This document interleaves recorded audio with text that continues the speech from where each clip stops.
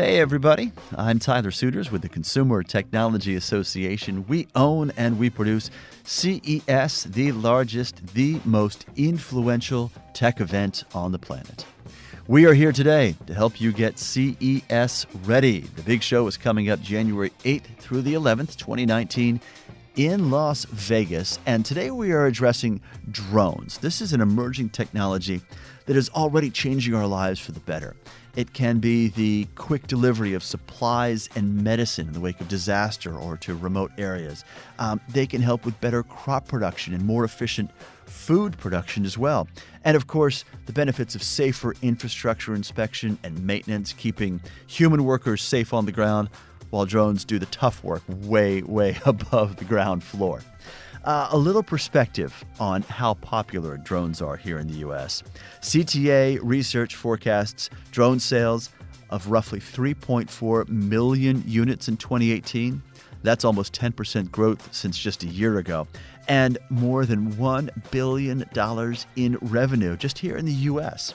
So today, two perspectives on the drone sector, one from the public sector, one from the private sector. We are talking to the Federal Aviation Administration about the government's approach to realizing and, of course, bringing to life the benefits of drones within a government structure, and then a market leader on drones about the potential they hold and the challenges to getting the most out of drones and how we can reach the full potential the drones offer to improve our lives. That's all coming up on this edition of CES Tech Talk.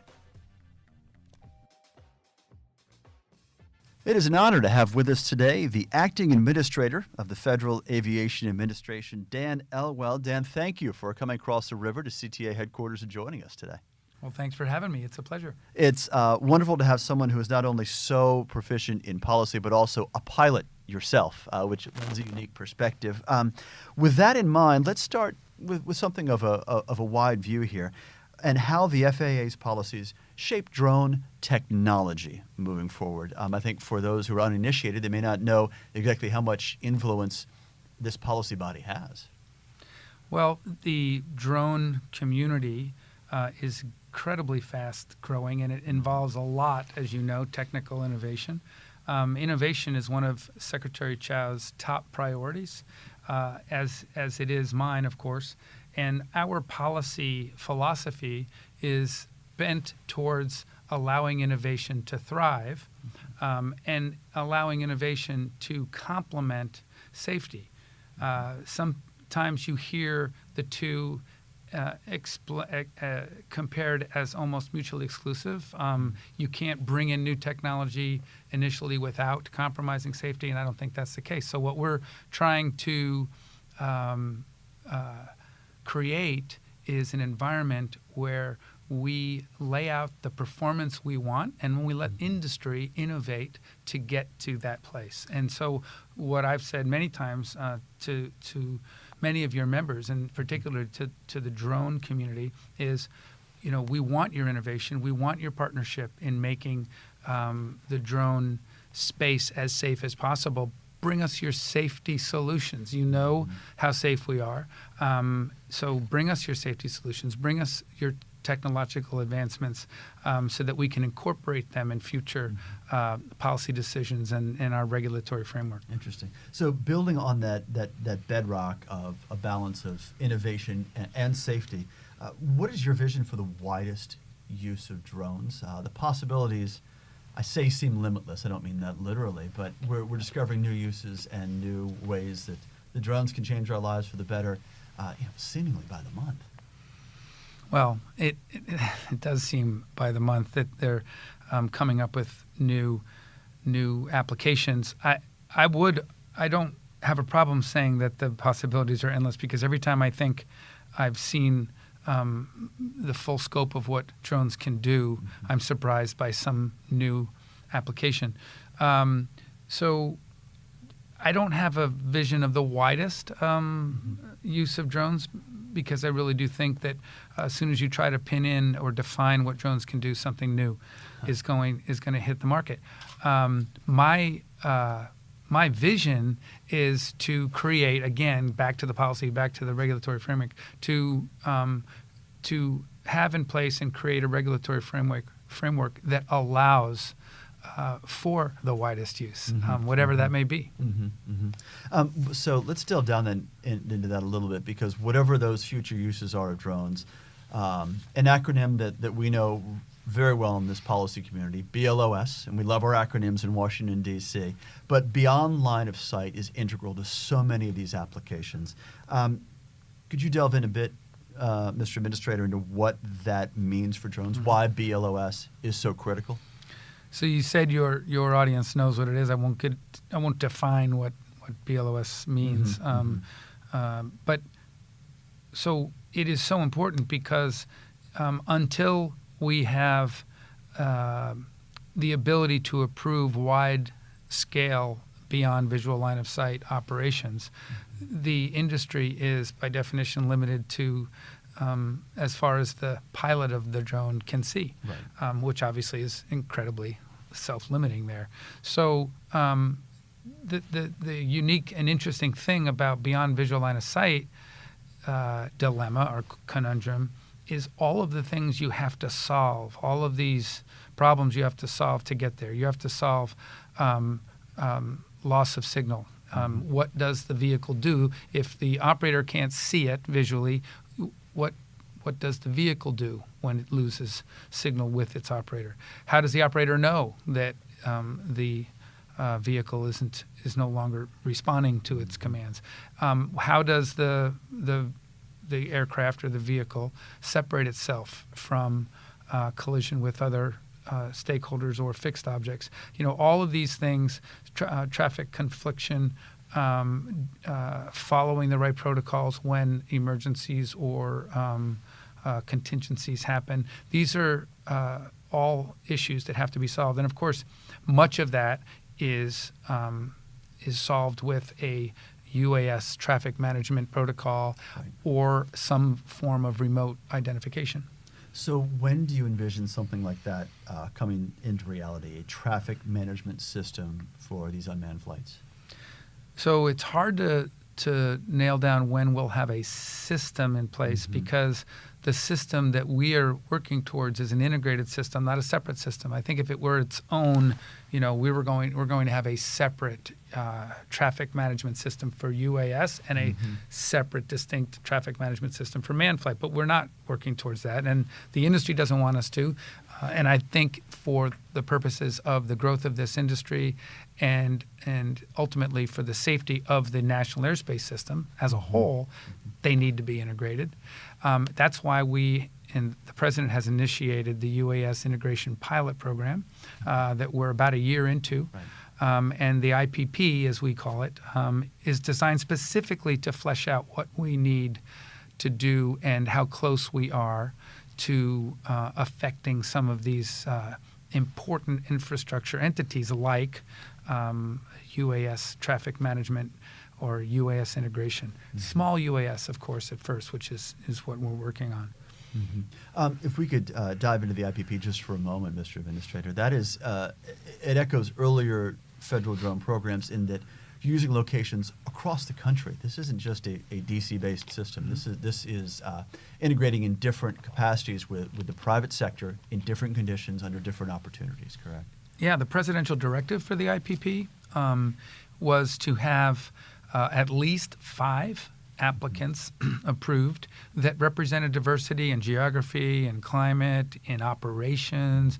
The only thing that had to be run throughout all the applications and all of the eventual location awardees is that the primary applicant had to be either a state, locality, or tribal government and a partnership with the drone community. There were also a number of other criteria. There had to be collaboration with the local community and buy-in by the local community, including law enforcement. We gave preferential consideration to applications that dealt with law enforcement and counter-UAS, or applications that sought to experiment with traffic management ideas.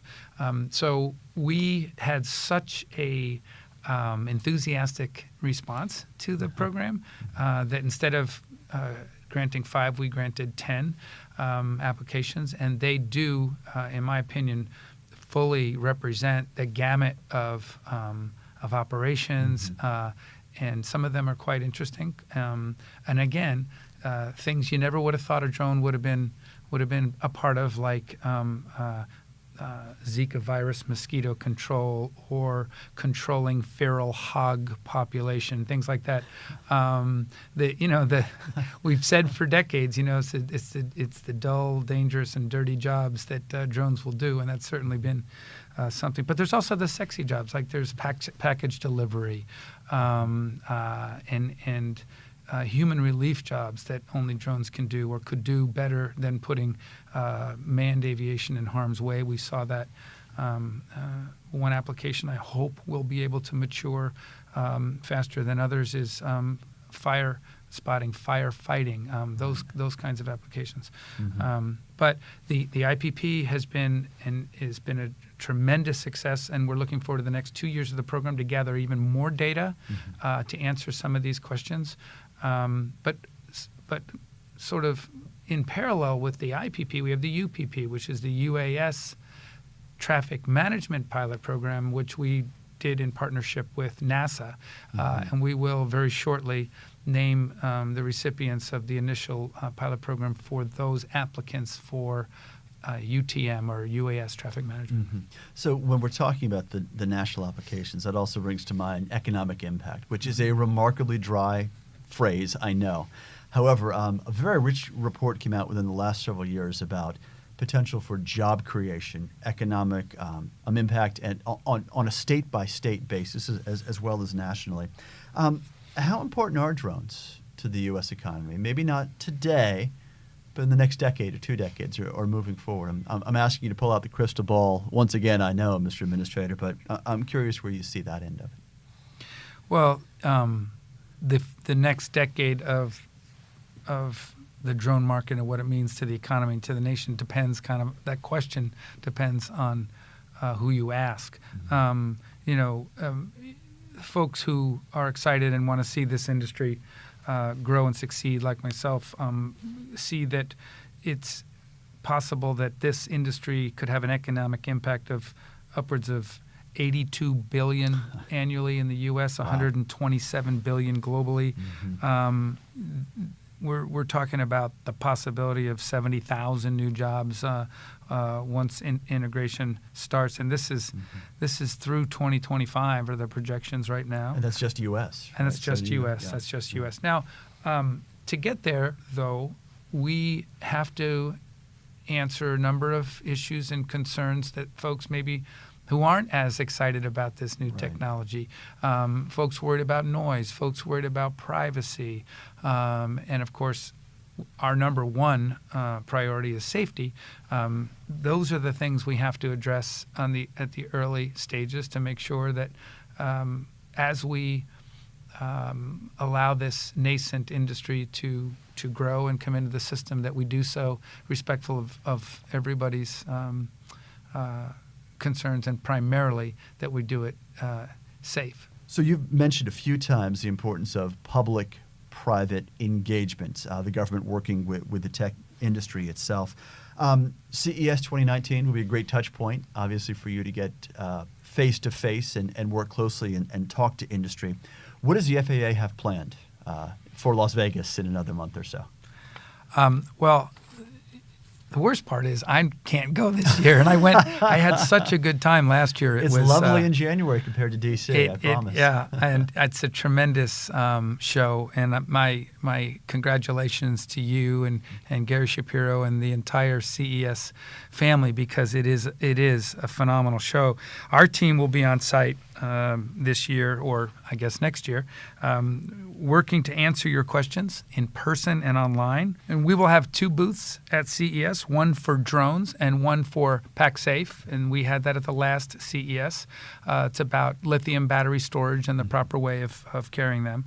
And you can follow us live throughout CES on Twitter at FAA News and Instagram at FAA, and as always on FAA's Facebook account. We'll answer your questions 24 hours a day, 7 days a week online. And new this year is if you're a pilot and you're at CES, stop by the drone booth, and if you have any questions, and we'll talk to you about how to apply for your remote pilot certificate. So, and of course, the highlight for us, and I hope for you, is that DOT Secretary Elaine Chao will be there, and she'll have, as always, some really important things to convey to the group. Yeah, second straight year we get to host Secretary Chao. We are very much looking forward to that. You mentioned pilot registration, Mr. Administrator. I don't think we can say it enough that whether you're a commercial or just a casual pilot, there's some very simple rules you must follow to fly safely. Absolutely. And that's one of the reasons we've pushed so hard that if you're going to be a drone pilot, be a drone pilot, an emphasis on the word pilot, because it is an aerospace vehicle. And we want to make sure that everybody who is putting a vehicle in the National Airspace System knows the rules of the road. And they're not that difficult. And when you go online and you register your drone and then you subsequently get your drone pilot certificate, the things you learn quite literally could save lives. So why wouldn't you do it? You wouldn't get on the road in a car without some sort of training. Why would you put a drone in the air without knowing exactly what you're doing? Dan Elwell is Acting Administrator of the FAA. And Mr. Administrator, thank you for your time. And again, your enthusiasm as a former pilot certainly shows through. We appreciate it. My pleasure. Thanks for having me. Brandon Schulman is with DJI, a globally known innovator in the drone sector. He is Vice President of Policy and Legal Affairs there. Brandon, good to talk to you again. Great to be here. Very exciting time for the drone sector. I think I would have said the same thing at any point in time over the last 4 to 5 years, right? The innovation keeps coming. The sector keeps growing at such a rapid pace. Let's just dive in. What has your attention right now? What has you especially excited? Well, I'm really excited about the ways that we're seeing drones being used, not just in commercial and consumer applications, but in public safety. So for the past couple of years, we've been tracking news reports of people who've been rescued or their lives saved using drones like the ones that we make. And we're now nearing 200 people who've been saved from peril in situations like flooding, missing persons who are found using a drone, and even in some cases being delivered life preservers while in distress in the ocean. So really amazing to see the public safety benefits coming through now that we're at this stage in the industry. You know, that brings up a great point, Brendan, because drones are one of these innovative technologies, this disruptive technology that can be applied to real-life situations and provide solutions so quickly and immediately. And I think you share the numbers of lives saved. I think it's probably impossible to talk about the number of lives affected for the better after disaster, whether that's hurricane or earthquake or avalanche, what have you, when traditional means of getting supplies or medical needs or even food to these isolated areas is impossible because roads are impassable, yet drones are doing that job already. Yes, and we have a really recent example of that. Although it's not delivery, it's in the world of information. So immediately after the Camp Fire in the Paradise, California area, we had a group of people go out and use drones to very quickly map a huge portion of the impacted properties there to determine where to look for people who might still be there, what the extent of the damage is, support on filing insurance claims. They were able to turn around a huge volume of data, put it up under the Sheriff's Department website as an interactive resource, including a map, panorama 360-degree imagery, and videos so that people who were not permitted to go back yet and check on their homes could actually see within a matter of days the state of their property. So we're seeing drones being used in emergency response and in disaster recovery. Yeah, remarkable that you could do something that logistically challenging so quickly and deliver those results. A less publicly facing series of benefits, I think, comes in the industrial and commercial sectors, right, across energy, across transportation. agriculture as well. Would you dive a little bit into those, Brendan, in terms of the benefits that you're seeing that this technology is able to engender across so many different sectors that maybe aren't traditional technology sectors? Yeah, and I think there are two benefits to that, and they're really significant, both safety and efficiency. Mm-hmm. So any way in which you can position a sensor, usually a camera, in 3 dimensions is a useful tool. And that, for example, in the roofing industry, if you can get up there and do an inspection of a roof, whether it's storm damage or just general maintenance, and do it in minutes without even climbing on the roof, because you're able to position a drone camera in 3 dimensions, take high-resolution imagery, or in some cases do a thermal scan to see whether there's a heat loss coming out of the roof. You're then able to better assess the condition of the roof, the volume of materials you might need to repair or replace it by taking measurements, and do much more in that period of time. And you haven't gone on the roof to do it. So whether it's a roof structure or power lines, we had a story come to us recently of a power company that was using a drone to restring power lines across a valley after one of the hurricanes last year. So a really powerful and efficient way of doing something that would have taken a lot more time and would have put those workers at greater peril. So really can't count those benefits, but just the way in which drones are being used. And just to give another really unusual example, really one of my favorites, there's a research institution that's using drones to collect whale snot. So to literally fly a drone right behind and above a whale to collect the spray that emerges when the whale blows its spout. And that allows the researchers to understand the gender of the whale, whether it's pregnant, whether it's healthy, migratory patterns, and really, save the whales in a way that could never be done before, because you could never collect that kind of sample with a boat, and you certainly wouldn't want to fly a full-scale helicopter that close to an endangered animal. Mm-hmm. So really innovative applications are just starting to emerge. Yeah, in unrelated news, hashtag whale snot is now trending. We're getting word. I love it. Yeah. As far as the technology, Brendan, let's talk about those innovations specifically, how drones themselves are becoming, what comes to mind most quickly is becoming more capable of doing more things. What's at the forefront there for you and for DJI?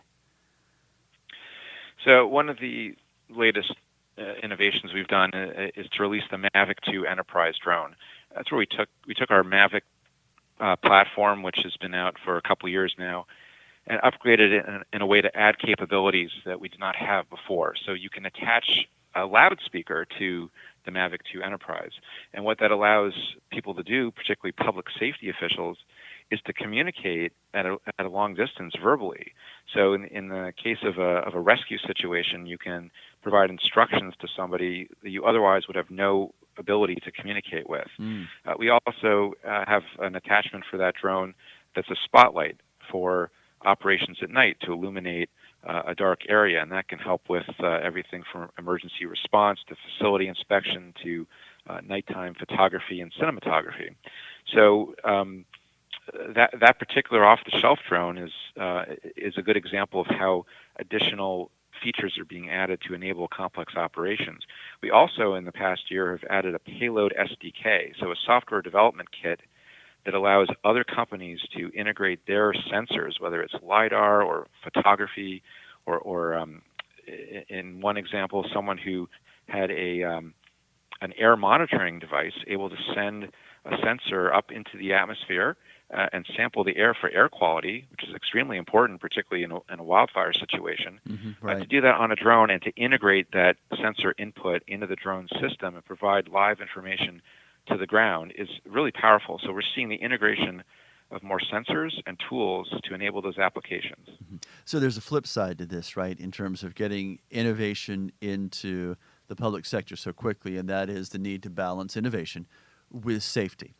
You are in the public policy and regulatory sector 24/7, I know, Brendan. What are you seeing globally in terms of the evolution of how let's start at the grand scale. Countries are balancing that, the needs for safety and the needs to innovate, and each country is in a race to some degree. Safety is absolutely essential, and we've made it a company priority, stretching back years with all kinds of safety features in the drones, everything from geofencing to automatic return to home in the event of a radio signal loss or a low battery condition, obstacle avoidance, and the list goes on. We work hand in hand with government regulators around the world to try to figure out the policy solutions to safety and security and privacy concerns. These are all top of mind for me and the others that I work with in the industry. And we see good solutions coming out. So one of the key ones, both in the United States and around the world, is a call for a remote identification capability, right. Namely the ability for people to know who's flying the drone and whether they're authorized to be where they're flying. And that's something that we support. We've actually kind of led the way in terms of policy and technology development. And it makes a lot of sense. Just like a license plate on your car helps the authorities identify who you are in the event of an issue. Similarly, drones, to the extent they raise concerns, should also have an identification mechanism that is implemented in a way that is low cost and fair and makes sense for the technology. So we're glad to see efforts around the world to address those, and we think they're really a combination of smart public policy and technology solutions that work hand in hand. Mm-hmm. So our internal research here at CTA tracks the U.S. tech sector sales and forecasts twice a year, and with each sector, the expected growth for the drones sector in terms of purchasing here in the U.S. for consumer buys is escalating, right? Higher and higher on an annual basis. Is there a particular area of that where you're seeing growth? Is it is it consumers as enthusiasts? Is it consumers as commercial operators? Do you break that down at all? Do you have a feel even for where that growth is coming primarily, or a sector that surprises you, perhaps? I'm not surprised to see the growth. This is something I've long anticipated, that once the capabilities were better known, everyone would figure out a way to put a drone to good use, whether it's for fun or public safety or commercial or even the whale research that we talked about. So I think we're, in the past 2 years, we've seen a ramp up in the commercial and enterprise applications, and that's really thanks to the FAA's implementation of a regulatory framework that supports it. Right, so, right. A couple of years ago, you weren't supposed to fly commercially. Now you can, and the barrier to entry is really low. You just take a multiple choice test that like 91% of people pass on the first time, and then you can go and turn your drone enthusiasm into a business. So I think we see that crossover taking place of people getting into the technology as consumers for fun or to do artistic endeavors, and then realizing, hey, this is a really useful tool in a more commercial setting in my business. Maybe I'm a real estate agent, maybe I'm a person who does facility inspection, and that's where I think a lot of the future growth is going to be. Mm-hmm. So one proof point that I've seen, Brendan, regarding consumer and professional enthusiasm for the drone sector is how we see just the foot traffic at CES in the drone section, right? More and more people making a point of going there during the show to see the latest innovations. DJI is a veteran of CES. What are your strategies and your game plan going into CES 2019? Well, we really love being there. It's so exciting, and to see the drone space grow each year has been tremendous. Just on a personal level, as someone who's been a drone enthusiast for many years, I think we want to make sure people have a chance to see and experience the technology. That's why we have a flying cage there. Over the years, we've had an actual hands-on flight experience. So there actually are 2 booths, one of which is a hands-on booth. So really want to try to bring that technology to all the attendees who are always very enthusiastic. The crowd around our booth every year is always very thick and active. And we're also happy to have the FAA there, usually right across the aisle from us, so people can have their regulatory questions answered as well to make sure everyone is operating safely and enjoying the technology. All right. Brendan Schulman is Vice President of Policy and Legal Affairs at DJI. An exciting time to be in the drone sector, no question about it. Brendan, great to talk to you again, my friend. Thank you. All right. Coming up next time on CES Tech Talk, virtual reality, VR. The killer app may still be to be determined, but there are some pretty amazing benefits that are on the way, including not just courtside seats to your favorite teams, but courtside seats perhaps for everyone who wants to attend even a single game. All those problems will go away if you have a virtual seat on the stage using a VR where thousands of people could double, quadruple book and have a vantage point where not even the best seat at that concert could give you. All right, that's coming up next time on CES Tech Talk. We are here to get you CES ready, and now a major step to prepping yourself for the show. Download the CES app. You can build your personal agenda, you can sketch out your favorite exhibitors and speakers, and sync in real time across your devices. And new this year, you can connect your LinkedIn account, and that way you can see who among your other LinkedIn connections is also at CES, a great way to harness and leverage all that synergy that's created around the show.